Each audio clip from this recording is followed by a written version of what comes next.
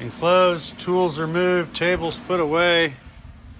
Urinal is here. I need to buy a toilet. Got the vanity in here. Trying to lay it out for electrical and plumbing and vents and yada, yada, yada. And thank you very much, Chris. Yeah, Chris got off of rescue squad early this morning and came right over here to sweat with the oldie. I'm the oldie.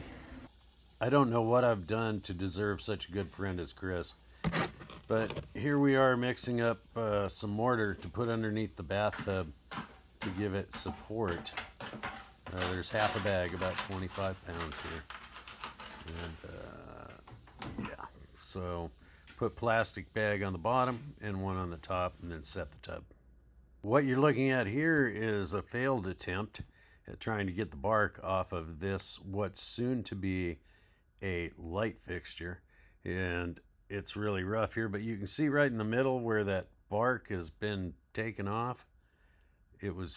This is a naturally formed piece of cedar, and that's what it used to look like. That was another one that I want to make, so I can have a set of these things. I bored some holes up inside it, and I've used two different size bits. I think that one's 1.5 inches or 1.25 inches, and then a smaller one.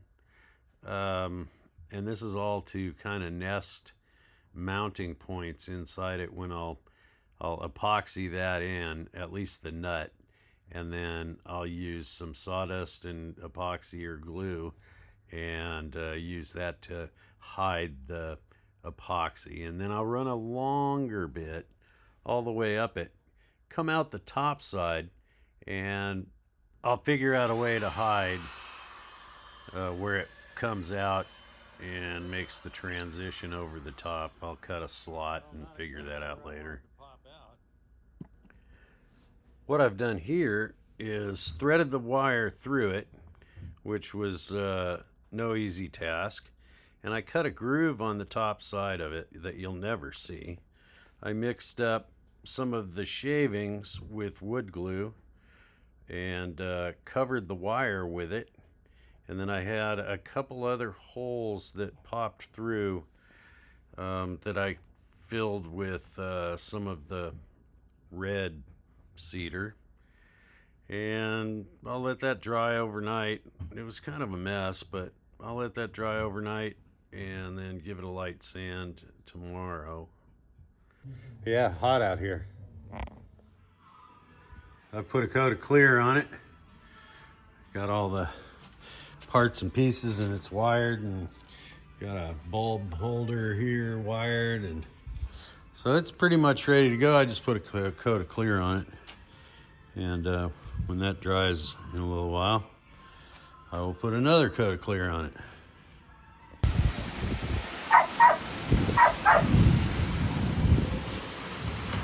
Come on, sit, stay. The leaves are coming down, the trees are blowing. They're talking 70-mile-an-hour winds. I hope I don't lose any trees. I apologize for the vertical video here, but I sent this to a friend of mine, and it came out just wonderful. That little natural bend in it, gotta love it.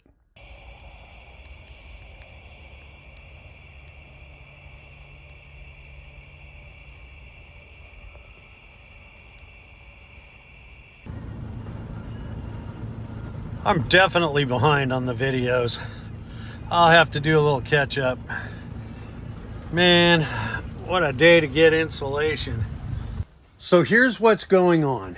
I just got the insulation home. It's raining. A lot has gone on since last I posted. We got this net for Sonny's tank to park underneath it, or her Honda. Anyway, Chris, bless his heart, has insulated with the insulation we had left. Okay, where are we? Got the plumbing in with the Studer valve.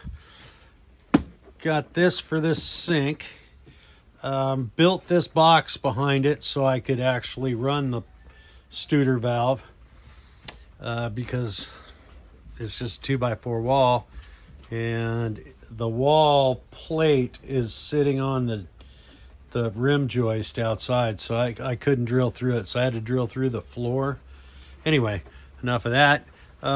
So yeah, we've got tons of switches, tons of lights. Tried to reuse the fixture that came with the sink. It had a bad valve. Could not find a valve anywhere. I put in a diverter valve here that's going to go over to this area for the dog brush. I have another valve set coming tomorrow, a whole new thingamajig.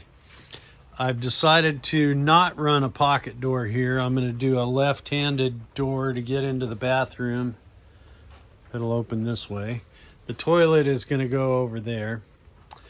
I still have to build a box for the fart fan and build a wall here to mount the door to. Yeah, so a lot has happened. Tons and tons of wiring. Got an emergency light up there. And what else? Oh, I got a heated towel rack and actually a heated mirror with lights all the way around it. Although I don't expect it to fog up, but it's nice to have the lights. There's going to be a light fixture there and a light fixture there, and possibly a chandelier here. And that's the power for the mirror. These will be 2 outlets for the sink area, toothbrush, that kind of thing. There's an outlet down there for possibly a bidet. Here is the box for the heated towel rack. Lots and lots of light switches here. Got a 3-way for the hallway light here, like this. And here's the other 3-way here. Just plumbing, electrical. Look at this. I mean, we're covered up here. Every inch is covered with stuff. Wire and plumbing and tools and parts, and yeah, and I still have to hook up the garbage disposal, the water purifier, and do all the drains. So yeah. And I didn't, because it was going to rain.